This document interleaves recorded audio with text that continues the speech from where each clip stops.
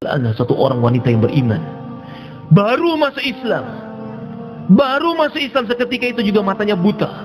Maka butanya matanya tidak menyebabkan dia bergeming dari keimanannya dan usaha atas iman. Ketika dia mengatakan kepada beliau, "Wazinirah, kamu telah dikutuk oleh Lat dan Uzza sehingga mata kamu buta." Kadzabu. Maka beliau mengatakan, mereka berdusta. Sesungguhnya Lat dan Uzza tidak bisa memberi manfaat dan mudarat. Apapun selain Allah tidak bisa memberi manfaat dan mudarat. Yang bisa memberi manfaat dan mudarat hanya Allah Ta'ala. Maka seketika itu juga Allah kembalikan penglihatan kepadanya.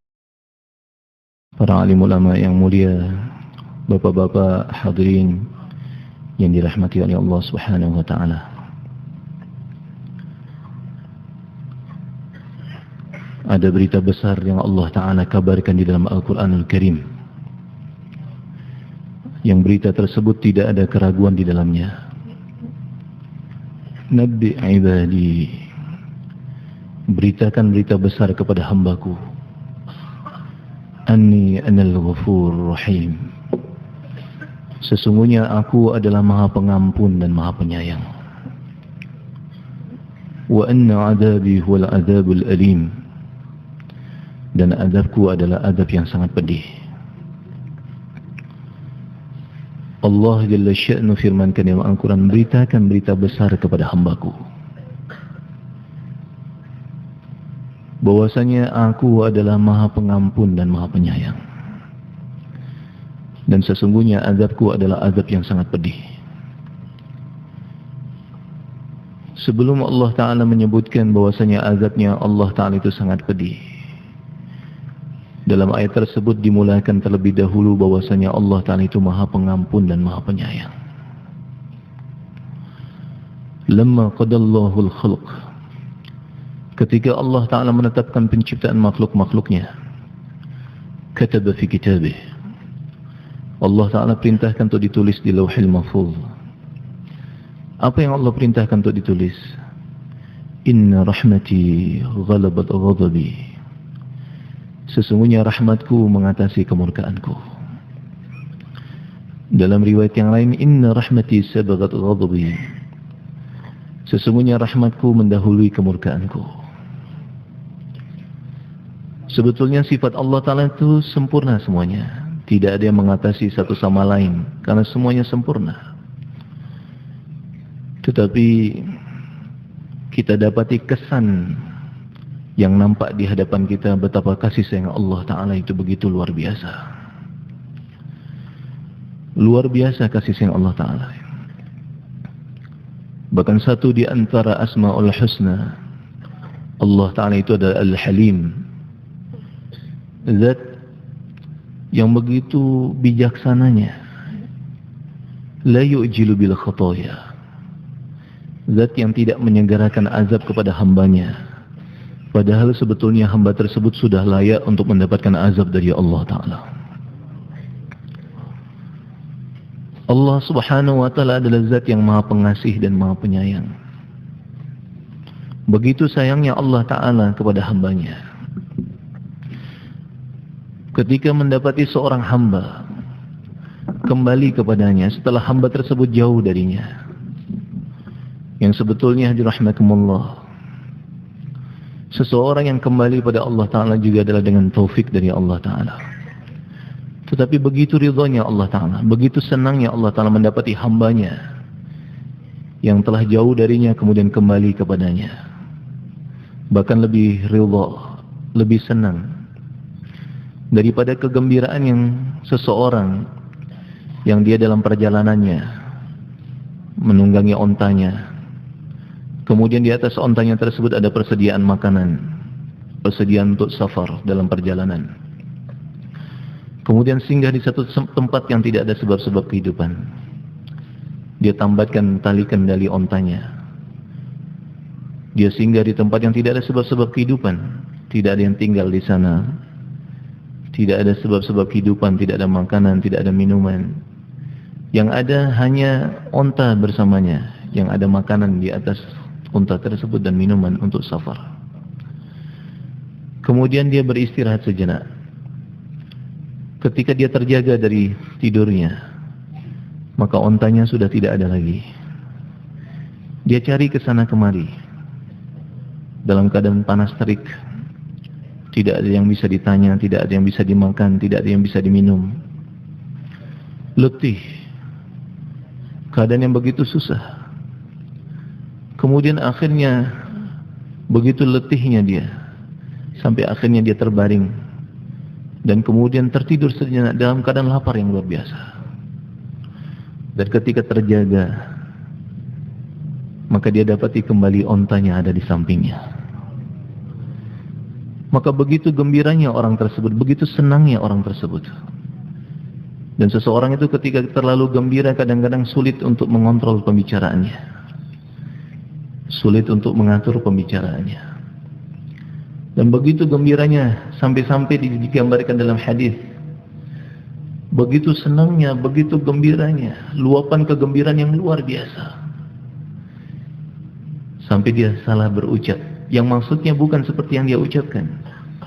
Apa yang dia katakan? Allahumma anta abdi wa ana rabbuk. Ya Allah, engkau adalah hambaku dan aku adalah Rabbmu. Padahal maksudnya ya Allah, karena begitu gembira. Ini hadis menggambarkan betapa gembiranya orang tersebut, begitu senangnya orang tersebut, begitu bahagianya orang tersebut, sukacita yang luar biasa, dalam keadaan lapar yang luar biasa, letih yang luar biasa. Lalu dia dapati onta ada di hadapannya, yang masih ada makanan, minuman. Kemudian karena begitu gembira dia salah berucap, ya Allah, engkau adalah hambaku dan aku adalah Rabbmu. Padahal maksudnya, ya Allah, engkau adalah Rabbku dan aku adalah hambamu. Maka Nabi SAW menjelaskan bahwasanya Allah Ta'ala lebih ridha, lebih senang kama yaliku bisya'nih, lebih ridha ketika mendapati hambanya yang telah jauh darinya, kemudian hamba tersebut kembali kepadanya, lebih ridha daripada gembiranya orang tersebut mendapati kembali ontanya.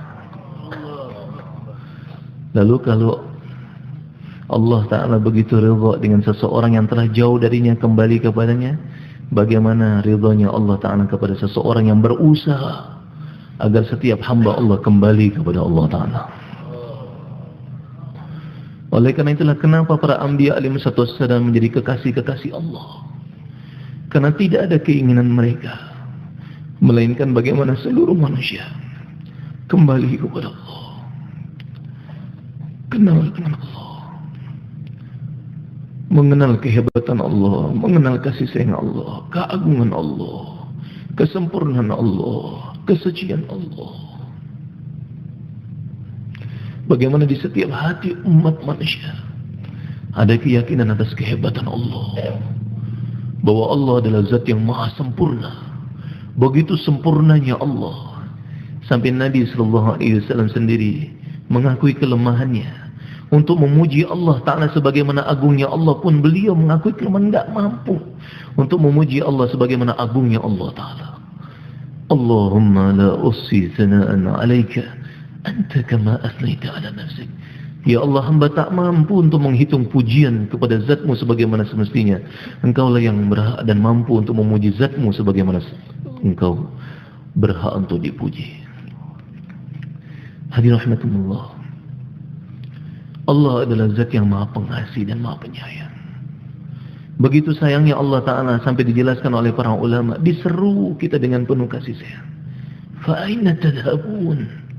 Mau kemana kalian hamba-hambaku? Mau kemana kalian? Fa aina tadhabun? Mau kemana kalian? Diseru oleh Allah. Ya ayyuhal insan, ma gharraka bi rabbikal karim. Begitu pemurahnya Allah, begitu agungnya Allah, begitu sempurnanya Allah, kalian lari kepada selain aku. Ayuqra'u babu ghairi wa babi maftuhun. Bagaimana mungkin diketuk pintu selain daripada pintuku, sedangkan pintuku selalu dalam keadaan terbuka. Ada satu orang waliullah, beliau merenungkan ayat Allah sembari bermunajat kepada Allah.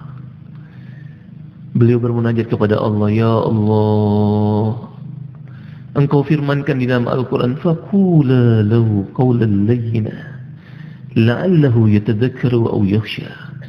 Wahai Musa dan Harun, berkatalah kalian berdua kepada Fir'aun itu dengan lemah lembut, agar dia mengambil pembelajaran dan dia takut kepada Allah. Lalu waliullah tersebut bermunajat, wahai Allah, hadha rifquka biman yaqul ana ilah, wa kaifa rifquka biman yaqul anta ilah. Ya Allah, itu kelembutanmu kepada seseorang yang mengatakan bahwa dirinya adalah Tuhan. Lalu bagaimana kelembutanmu dengan seseorang yang dia mengatakan bahwa engkaulah adalah Tuhan, engkaulah adalah yang berhak untuk disembah. Hadirin rahimakumullah, Allah Ta'ala adalah zat yang maha pengasih dan maha penyayang. Dijelaskan dalam riwayat bahwa Allah Ta'ala itu memiliki 100 bagian rahmat.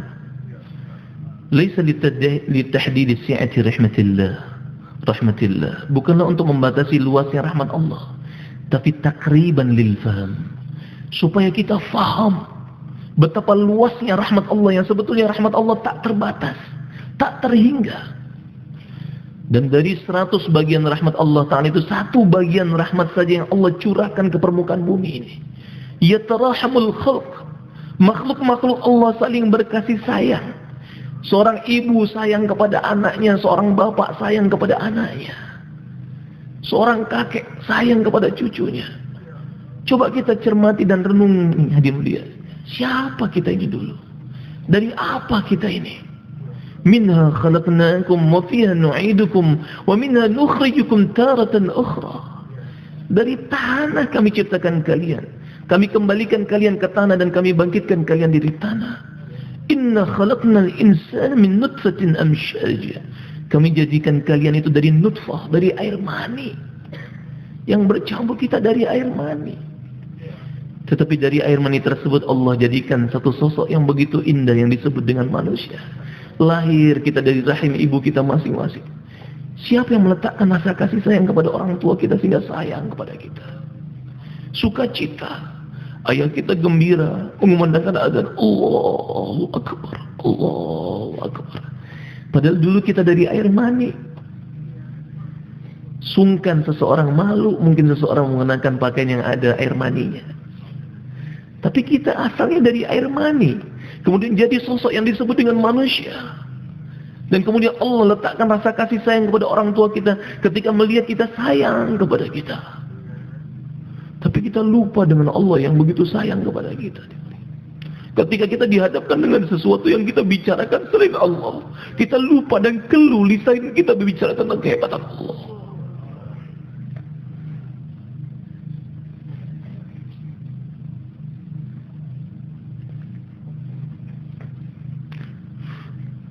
Padahal menyebut Allah, mengingat Allah adalah obat. Menyebut makhluk dan mengingat makhluk akan menjadi penyakit tadi beliau. Bukankah orang tua kita, Allah ya rahmat, semoga Allah Ta'ala menerangi kubur beliau, Haji Sab, rahimahullah, selalu dia katakan, Allah kuasa, makhluk tidak kuasa. Allah kuasa, makhluk tidak kuasa.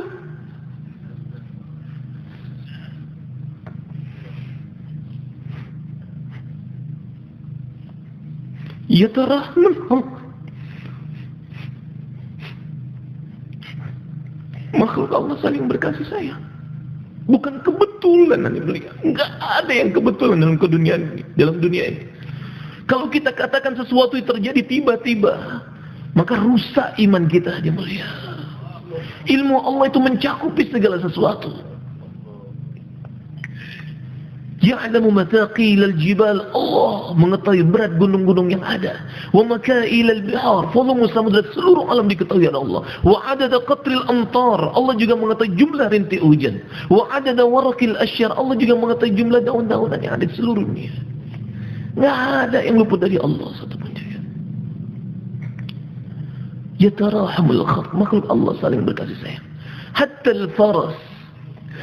al-faras yarfa'u hafiraha khasyata an tusiba waladaha. Bahkan seekor kuda akan mengangkat kakinya, jangan sampai menginjak anaknya. Dan itu adalah satu bagian rahmat Allah Ta'ala yang Allah curahkan ke permukaan bumi ini. Lalu bagaimana apa yang Allah sembunyikan nanti Allah simpan bagi kita orang yang beriman di dalam surganya Allah, di akhiratnya Allah. Maka dunia ini sebentar aja dimulia. Mau ngapain kita dimulia? Sekaranglah waktunya.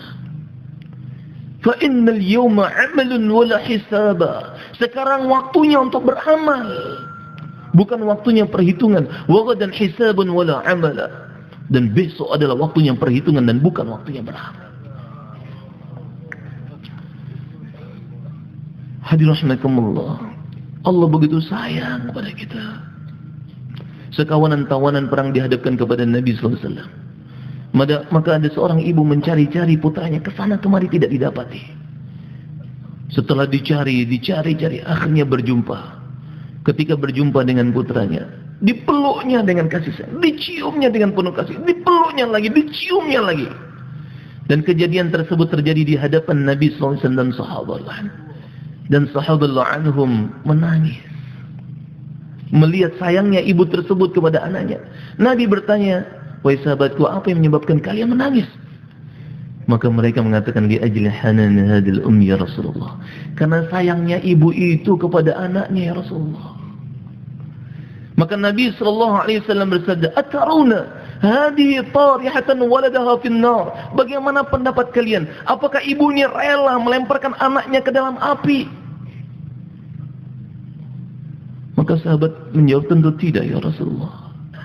Maka Nabi SAW bersabda, lallahu arhamu bi'ibadihi min hadhihi biwaladiha. Sungguh Allah lebih sayang kepada hambanya lebih daripada sayangnya ibu tersebut kepada anaknya.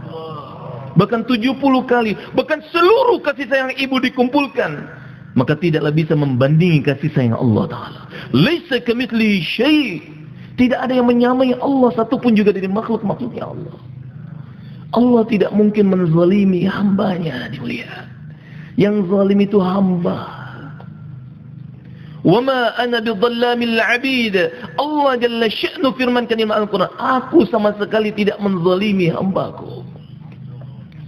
Ya ibadi, inni haramtu dhulma ala nafsi wa ja'altuhu bainakum muharrama fala tadhalamu. Wahai hamba-hambaku, sesungguhnya aku mengharamkan kezaliman atas diriku. Gak mungkin Allah zalim kepada hambanya. Yang zalim itu kita, hambanya. Hadirin rahimakumullah, Allah adalah zat yang maha pengasih dan maha penyayang. Dan bukti kasih sayang Allah Ta'ala yang terbesar dan mulia, Allah berikan agama kepada kita. Allah berikan ad-din kepada kita. Agama.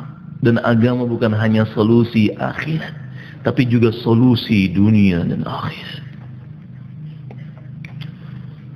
Ad-din, agama, adalah bukti kasih sayang Allah Ta'ala yang terbesar kepada hambanya.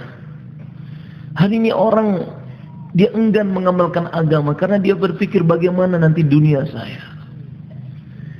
Padahal hadirin rahimakumullah, seseorang ketika menempuh jalan menuju ridhonya Allah, ketika menempuh jalan menuju surganya Allah Ta'ala, belum di surga, cerminan kehidupan surga dia akan rasakan dalam kehidupan di dunia ini.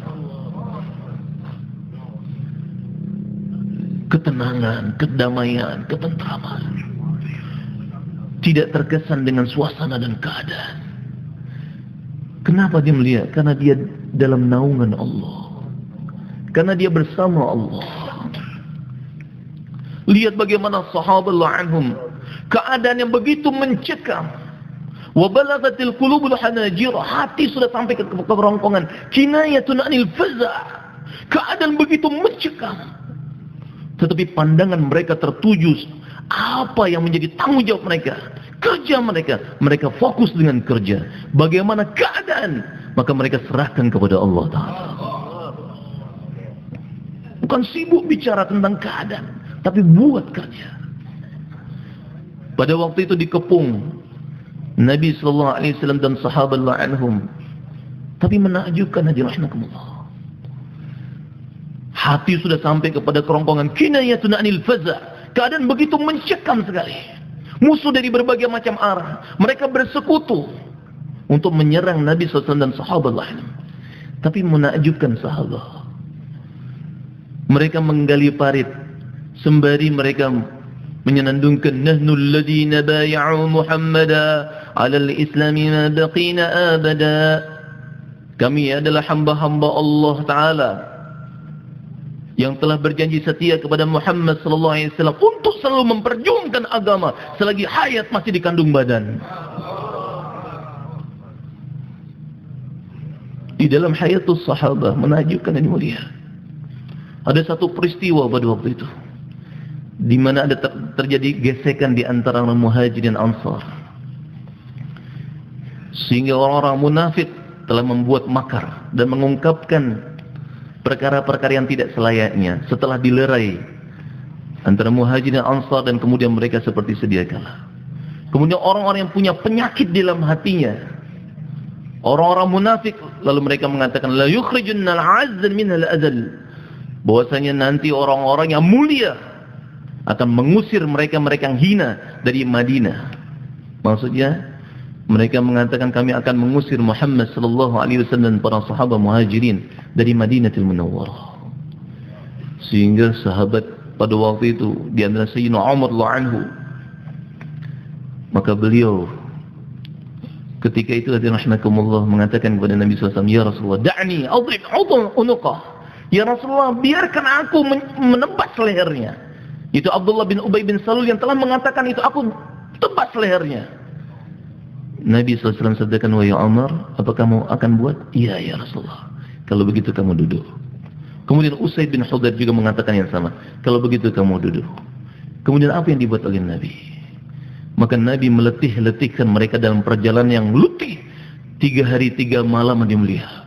Ketika mereka sudah melalui panas yang sangat terik, dan apabila singgah di satu tempat, maka mereka melihat tanah itu seperti kita hari ini ada ungkapan kalau sudah melihat kasur itu inginnya tidur aja. Maka pada waktu karena letih yang luar biasa, kalau mereka melihat tanah, mereka ingin istirahat karena begitu letih yang luar biasa. Dan apa maksud Nabi? Supaya mereka tidak terlalu banyak bincang-bincang masalah itu lagi, tapi bagaimana mereka fokus dengan kerja. Dan Maulana Yusuf rahimahullah beliau menjelaskan istisal fitnah, untuk mencabut akar fitnah dari sedalam-dalamnya, sehabis-habisnya adalah dengan kerja dan berjuang dan perjalanan di jalan Allah Subhanahu wa taala. Jadi hadirin rahimakumullah, agama solusi dunia dan akhirat. Kerja agama solusi dunia dan akhirat. Dan diadakan pertemuan ini adalah maksudnya itu hadirin mulia. Bagaimana kita ini seperti para sahabat. Mereka ketika dikepung enggak kesan. Mereka katakan nahnu alladhina bay'u Muhammada 'ala al-islam ma baqina abada. Kami adalah hamba-hamba Allah yang berjanji setia kepada Muhammad SAW untuk memperjuangkan agama selagi hayat masih di kandung badan. Jadi hadirin rahimakumullah, perjalanan kisah para anbiya alaihi wasallam menjadi pelajaran bagi kita. Arah pandangan mereka itu tertujunya ke mana? Nabi Musa alaihissalam di hadapannya lautan, di belakangnya Fir'aun dengan bala tentara yang begitu kuat. Tapi Nabi Musa alaihissalam tidak kesan dengan keadaan, tidak berlandaskan kepada pengalaman dan sebagainya. Tidak. Beliau juga punya kekuatan dan mulia. Kekuatan seorang Nabi berlipat-lipat ganda kepada kekuatan laki-laki yang paling kuat selain daripada para Nabi. Tapi beliau tidak berlandaskan, tidak menyandarkan dirinya pada kekuatan tangannya, tapi menyandarkan kepada apa yang difirmankan Allah Ta'ala. Apa hukumnya Allah? Bani Israel sudah ketakutan. Nabi Musa AS mengatakan, kalla, inna ma'i rabbi sayahdin. Sekali-kali tidak. Kita tidak akan ditawan. Bani Israel sudah mengatakan, innal mudrakun. Kita akan ditawan, kita akan ditangkap ini. Kalla, tidak. Inna ma'i rabbi sayahdin. Sesungguhnya Allah bersamaku yang akan memberikan petunjuk kepada aku. Jadi memberikan petunjuk itu hadirin rahimakumullah bukan hanya ditunjukkan, oh kamu lurus, nanti ke kanan, nanti ke kiri, terus lagi sampai ke tempat. Tidak, tapi dibimbing hadirin mulia. Mari sama saya, terus ikut saya, terus nanti ke kanan, terus lagi ke kiri, terus lagi nanti sama-sama saya sampai ke tujuannya. Kalau kita hadirin rahimakumullah telah memutuskan bahwasanya agama dan usaha atas agama menjadi tanggung jawab kita, nanti Allah telah akan sampaikan kita ke tujuan kita. Allah bersama kita. Kalau kita punya semua tapi Allah tidak bersama kita, sifar hadirin mulia, bahkan minus, nggak ada apa-apa. Jadi hadirin rahimakumullah, bukti kasih sayang Allah Ta'ala yang terbesar adalah Allah Ta'ala hantarkan agama. Dan agama adalah untuk kebahagiaan kita dunia dan akhirat. Hari ini orang takut mengamalkan agama karena khawatir nanti bagaimana dunia saya. Padahal kalau seseorang itu mengamalkan agama belum di surga, tapi cerminan kehidupan ahli surga dia akan rasakan dalam kehidupan dunianya. Hujibatil jannatu bil makarih. Surga itu ditirai dengan perkara-perkara yang tidak sesuai dengan hawa nafsu. Dulu para sahabat telah menyingkap tabir surga dengan menekan hawa nafsu. Bahkan para ulama ada yang menjelaskan hakikat yang sebenarnya. Anas bin Nadr radhiyallahu anhu beliau telah katakan, aku telah mencium wanginya surga di balik Uhud, dan itu hakikat, bukan seolah-olah. Kenapa dimulia? Karena tabirnya telah dibuka sepenuh-penuhnya. Kalau saya dan kita ini masih buka tutup dimulia. Kalau mereka sudah dibuka betul, sehingga tidak heran diberikan kebahagiaan bagi mereka walaupun dalam keadaan sesuatu yang susah, berat. Tadi lihat sahabat dikepung, nanul ladzina bay'u Muhammadan 'ala al-islam ma baqina abada. Nabi senang dengan apa yang dilontarkan oleh para sahabat, kegigihan para sahabat, ketidakterkesanan para sahabat dengan keadaan yang ada pada waktu itu. Tetapi mereka fokus dengan kerja dan tanggung jawab mereka. Karena mereka memahami al-ma'unatu ala qadril ma'unah. Pertolongan Allah itu sejauh mana ditunaikan tanggung jawab dia. Maka Nabi SAW begitu gembira. Lalu Nabi SAW berdoa, Allahumma innahu la 'aisha illa 'aishul akhirah, fabarik fil ansari wal muhajirah. Ya Allah, tidak ada kehidupan yang sebenarnya melainkan kehidupan akhirat. Berikan keberkahan bagi orang Ansar dan orang Muhajirin. Jadi hadirin rahimakumullah, Nabi SAW sabdakan bahwasanya surga itu ditirai dengan perkara yang tidak sesuai dengan hawa nafsu. Berat. Tapi di balik kita ada surganya Allah Ta'ala. Kalau kita pergi ke gunung salju, pernah saya hadirin rahimakumullah di Pakistan itu, ketika musim panas, kita tashkilnya ke daerah Naran, naik ke atas. Padahal di tempat yang lain itu musimnya musim panas, tapi di tempat tersebut masih ada esnya. Dingin luar biasa. Maka ketika kita naik ke sana, kita buka jendela mobil, maka semakin mendekat, apa yang kita rasakan kira-kira Pak?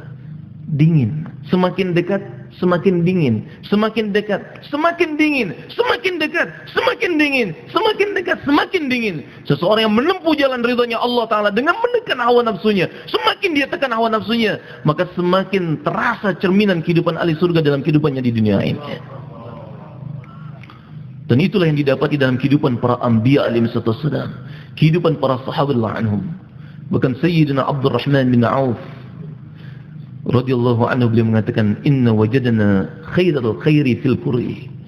Kami dapati semua bentuk kebaikan itu dalam perkara yang tidak sesuai dengan hawa nafsu kami. Tapi di dalamnya ada kebaikan. Bapak-bapak mujahadah dalam tempat ini, Masya Allah, pasti akan dapat kebaikan yang begitu banyak. Bapak-bapak bergerak di jalan Allah Ta'ala, semakin jauh keluarnya Allah Ta'ala dengan harta dirinya, semakin jauh. Kemudian jalan kaki keluarnya Allah Ta'ala semakin berat, maka semakin banyak kebaikan yang Allah akan berikan kepada kita. Jadi hadirin rahimakumullah, bukti yang terbesar kasih sayang Allah Ta'ala kepada hambanya, Allah Ta'ala berikan agama. Dan karena pentingnya agama untuk membahagiakan umat manusia di seluruh dunia sampai hari kiamat, maka Allah Ta'ala utus para anbiya alaihi wassalam. Siapa para nabi? Kekasih-kekasih Allah yang maksum, kekasih-kekasih Allah Ta'ala yang suci, yang mulia, yang gagah-gagah.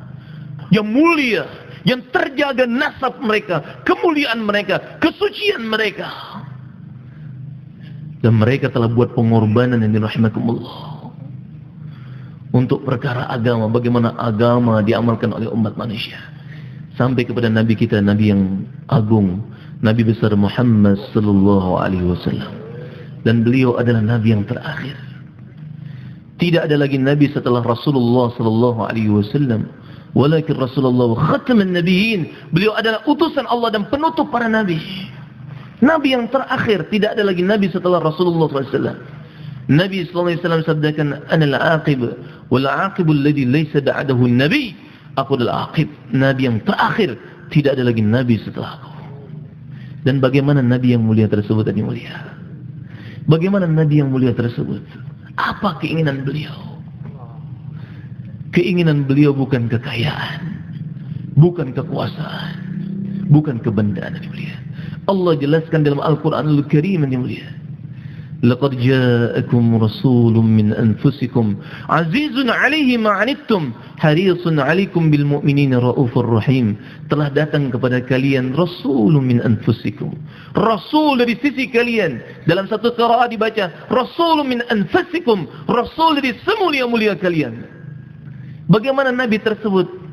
Azizun 'alaihi ma 'anittum. Ay azizun ala masyaqqatikum. Begitu berat bagi Nabi apabila mendapati kalian dalam keadaan menderita. Susah hati Nabi. Kalau mendapati kalian dalam keadaan menderita, susah hati Nabi. Kalau mendapati ada yang tidak beriman kepada Allah Ta'ala, susah hati Nabi. Sedih hati Nabi sallallahu alaihi wasallam. Bahkan digambarkan dalam Al-Quranul Karim, فَلَعَلَّكَ بَاخِرٌ نَفْسَكَ عَلَىٰ آثَارِهِمْ إِنْ لَمْ يُؤْمِنُوا بِهَذَا الْحَدِيثِ أَسَفًا. Begitu dekat keadaan Nabi SAW, seperti membinasakan dirinya sendiri ketika mendapati mereka yang tidak beriman karena kesedihan beliau. Dan itu juga di dalam benak para sahabat radhiyallahu anhum. Sayyidina Umar radhiyallahu anhu, kita tahu siapa beliau. Asyadduhum fi amrillahi Umar, yang begitu tegas kepada hukum Allah adalah Sayyidina Umar Al-Faruq, yang tegas memisahkan antara hak dan yang batil. Lau kana ba'di nabi lakana Umar. Kalau ada nabi sesudah aku, maka yang jadi nabinya adalah Umar. Kemuliaan beliau. Tapi ketika mendapati satu orang pendeta dalam keadaan kurus kering, pucat pasih, sibuk dengan ibadah ala dia sebagai seorang pendeta, malamnya beribadah, siangnya berpuasa, tapi dia tidak beriman kepada Allah. Maka Sayyidina Umar melihat itu menangis. Menangis beliau. Kemudian yang dirahmatkumullah, ada yang mengatakan kepada beliau, Ya Amirul Mu'minin. Wahai Amirul Mu'minin, itu orang tidak beriman, dia pendeta Nasrani. Maka beliau mengatakan, aku tahu. Tapi tidakkah engkau membaca ayat suci Al-Quran, Amilatun nasibah tasla naran hamiyah. Seseorang yang beramal susah payah, tapi masuk ke dalam api nerakanya Allah Ta'ala yang menyala-nyala. Susah payah, tapi tidak diterima oleh Allah. Kenapa? Karena tidak ada iman. Jadi hadirin rahimakumullah, Nabi SAW itu berat bagi beliau apabila mendapati umatnya dalam keadaan menderita. Susah hati Nabi. Bahkan beliau sallallahu alaihi wasallam sendiri menjelaskan, man la yarham la yurham. Siapa yang tidak mengasihi maka tidak dikasihi. La yarhamullah man la yarhamun nas. Allah tidak akan mengasihi mereka-mereka yang tidak mengasihi manusia. Hari ini kita memahami hadis tersebut hanya perkara-perkara yang zahir. Bagus, perkara jasmani. Kalau ada yang kelaparan kita kasihan. Kalau ada yang sakit kita kasihan. Tapi adakah di antara kita yang betul-betul kasihan dan sedih menangis mendapati tetangga kita, saudara kita dalam perjalanan kita, safar kita, di pesawat kita, di kereta kita, ataupun di kapal laut kita, ada banyak mereka yang tidak beriman kepada Allah. Berapa banyak mereka yang tidak menunaikan salat, berapa banyak mereka yang jauh dari Allah Ta'ala. Adakah kita meneteskan air mata? Sedangkan Nabi SAW sabdakan, man la yarham la yurham. Siapa yang tidak mengasihi maka dia tidak akan dikasihi. Nabi SAW mengajarkan kepada kita bagaimana beliau azizun alaihi ma anittum.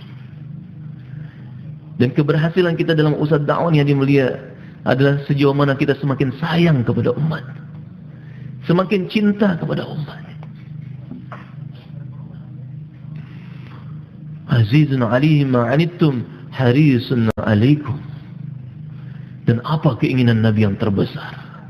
Hirs, kata para alim ulama, keinginan yang meluap-luap, sampai diartikan ketamakan, keinginan yang meluap-luap, yang kalaulah untuk mencapai keinginan tersebut, nyawa dikorbankan, nyawa pun dikorbankan, harta dikorbankan, apapun juga dikorbankan, perasaan dikorbankan. Dan apa keinginan yang meluap-luap dalam benak Nabi SAW? Hidayah.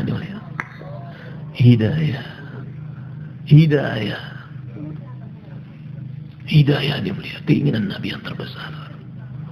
Bil mu'minina raufur rahim, dan beliau cinta sayang kepada orang yang beriman. Dan Nabi SAW telah buat pengorbanan yang mulia. Keinginan Nabi adalah bagaimana rahmat Allah Ta'ala tersebar di seluruh permukaan dunia, hidayah tersebar di seluruh permukaan dunia. Bahkan ada yang datang kepada beliau, wahai Rasulullah, doakan supaya mereka dihancurkan oleh Allah Ta'ala. Maka beliau mengatakan, bu'ithu rahmatan wa lam ub'ats la'anan. Aku ini diutus untuk menjadi rahmat, bukan diutus untuk memberikan laknat. Dan beliau telah buat pengorbanan yang mulia.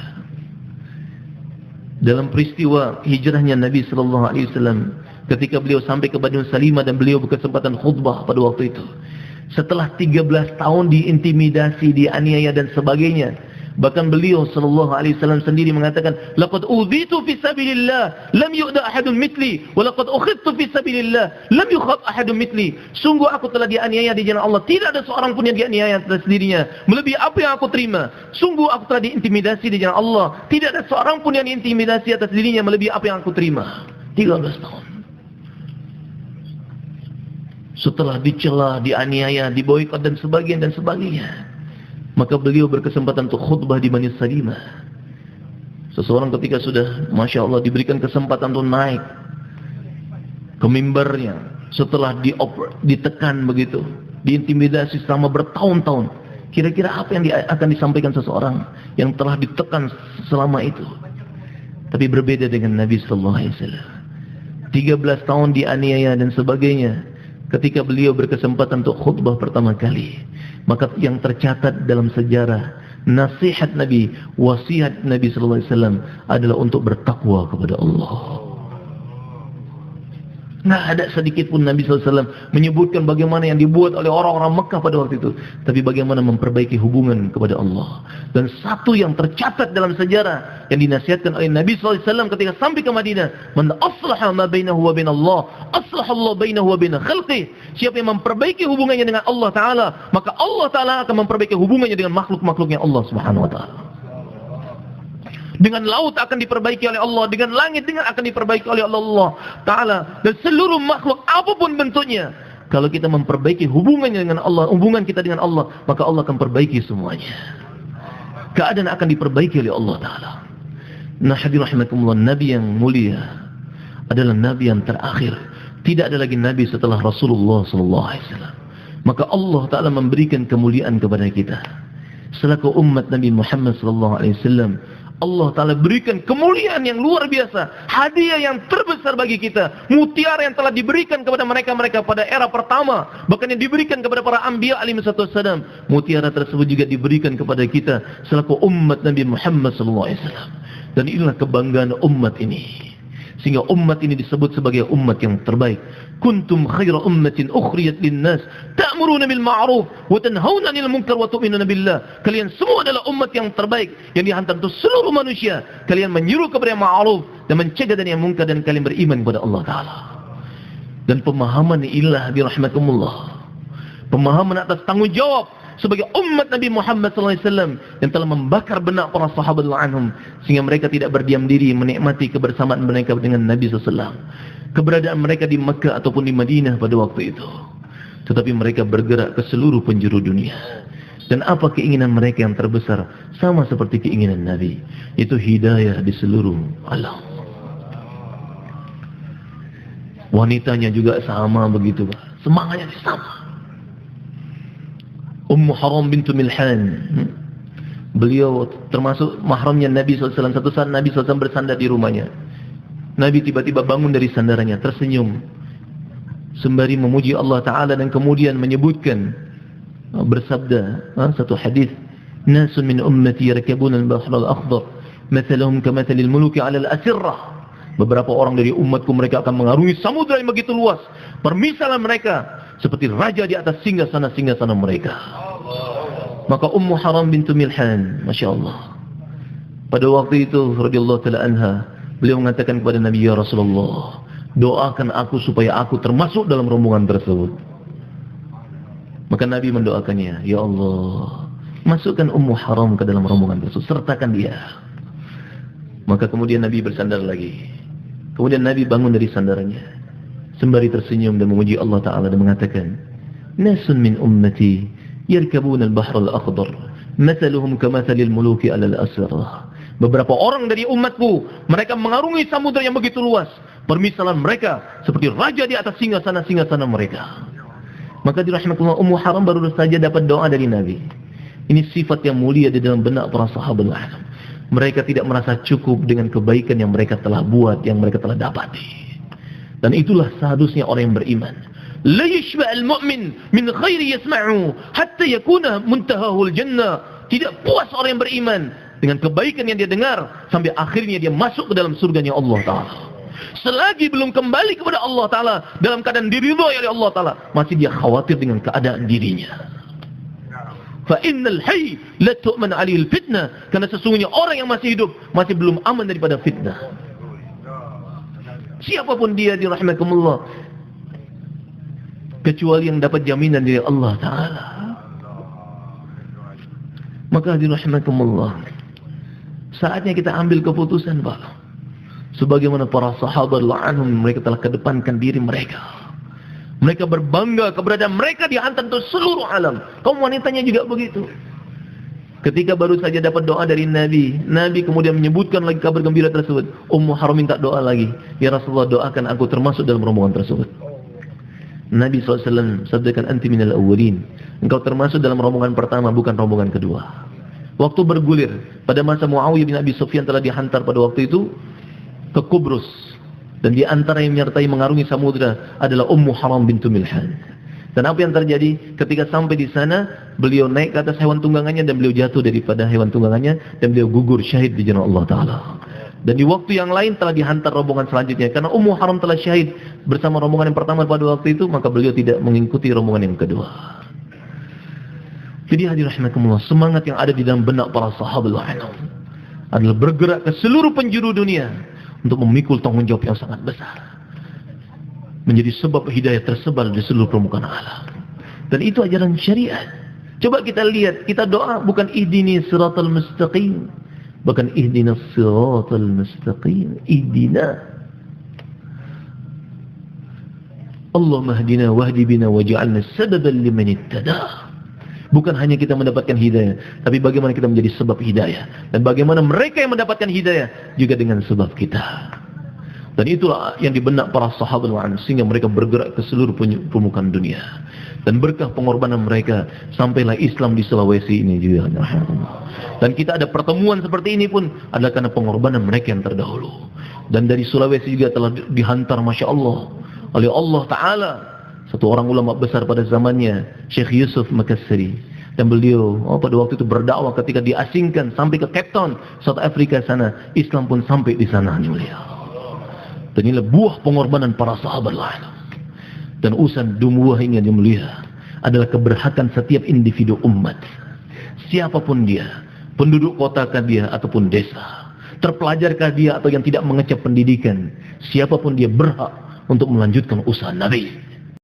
Bahkan dahulu anak-anak kecil, mereka menjijitkan kaki-kaki mereka supaya terlihat lebih tinggi agar bisa disertakan untuk memperjuangkan agama Allah Ta'ala. Kalau anak kecil mereka seperti itu, lalu bagaimana kita yang sudah besar-besar ini, Mbak? Masya Allah. Nah, hadirin rahimakumullah, sudah saatnya nih mulia. Sudah waktunya. Kapan lagi, Pak? Badiru bil amal. Bersegeralah untuk beramal. Fitanan kaqita'il lil mudlim. Sebelum datang fitnah seperti malam gelap gulita. Yusbihur rajul mu'minan wa yumsi kafira. Seseorang di pagi harinya beriman, sore harinya kafir. Wa yumsi mu'minan wa yusbihu kafira. Sore harinya beriman, pagi harinya kafir. Yabi'u dinahu bi'aradi minad dunya. Karena dia telah jual agamanya demi secebis daripada kebendaan dunia. Lihat bagaimana Rasulullah SAW mencontohkan kepada kita. Untuk kebaikan berlomba-lomba, bersegera.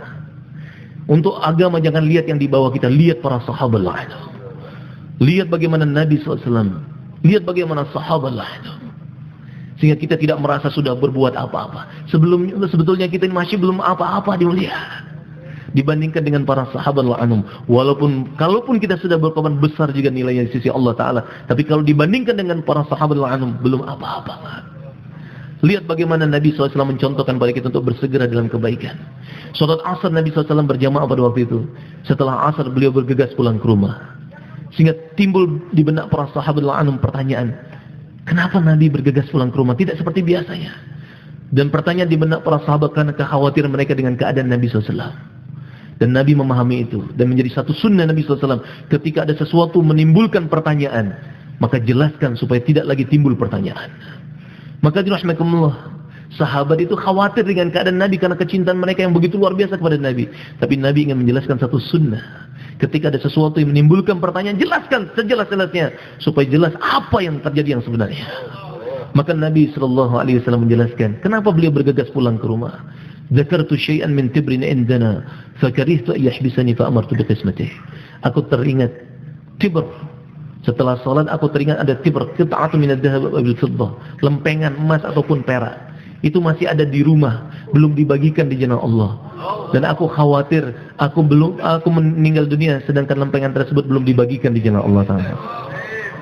Fafirru ilallah, bersegeralah menuju Allah. Fastabiqul khairat, berlomba-lombalah dalam kebaikan.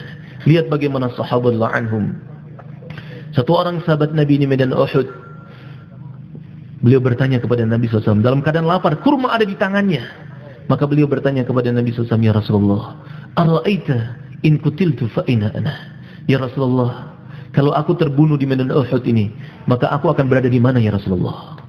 Maka Nabi SAW bersabda, fil jannah, fil jannah, kamu akan berada di surga. Sahabat tersebut dalam keadaan lapar, Pak.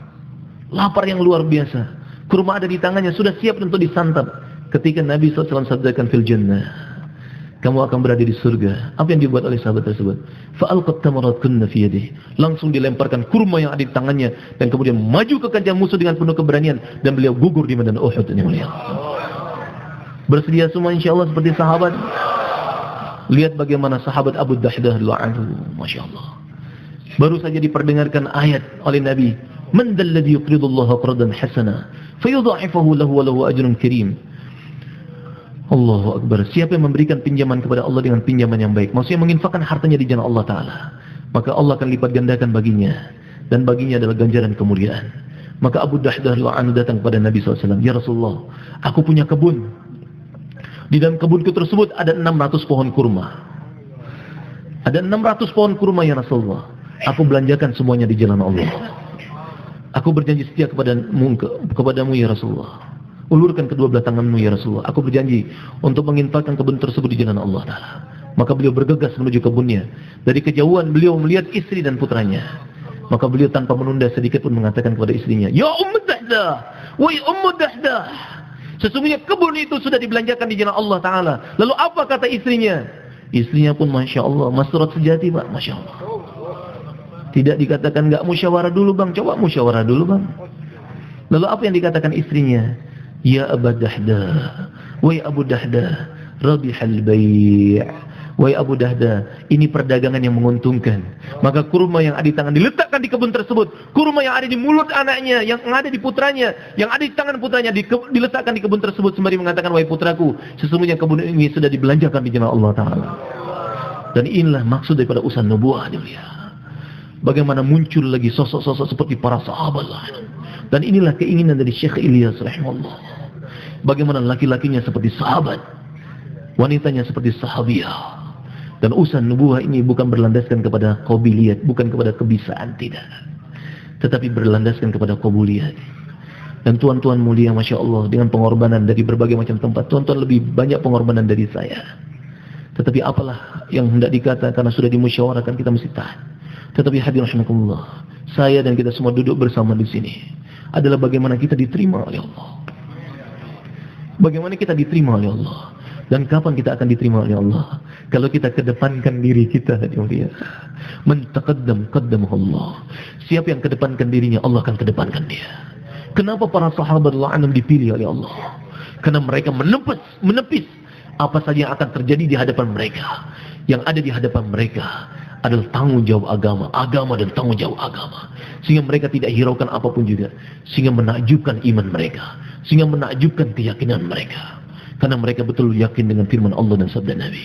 Zinnirah radhiyallahu ta'ala anha, satu orang wanita yang beriman. Baru masuk Islam seketika itu juga matanya buta. Maka butanya matanya tidak menyebabkan dia bergeming dari keimanannya dan usaha atas iman. Ketika dia mengatakan kepada beliau, "Wa zinnirah, kamu telah dikutuk oleh Lat dan Uzza sehingga mata kamu buta." Kadzabu. Maka beliau mengatakan, mereka berdusta. Sesungguhnya Lata dan Uzza tidak bisa memberi manfaat dan mudarat. Apapun selain Allah tidak bisa memberi manfaat dan mudarat. Yang bisa memberi manfaat dan mudarat hanya Allah Ta'ala. Maka seketika itu juga Allah kembalikan penglihatan kepadanya. Kenapa Allah Ta'ala berikan keimanan seperti itu, dia mulia? Karena mereka telah tepis semuanya. Mereka tidak hiraukan apapun juga yang terjadi. Dan mereka yakin dengan janji Allah.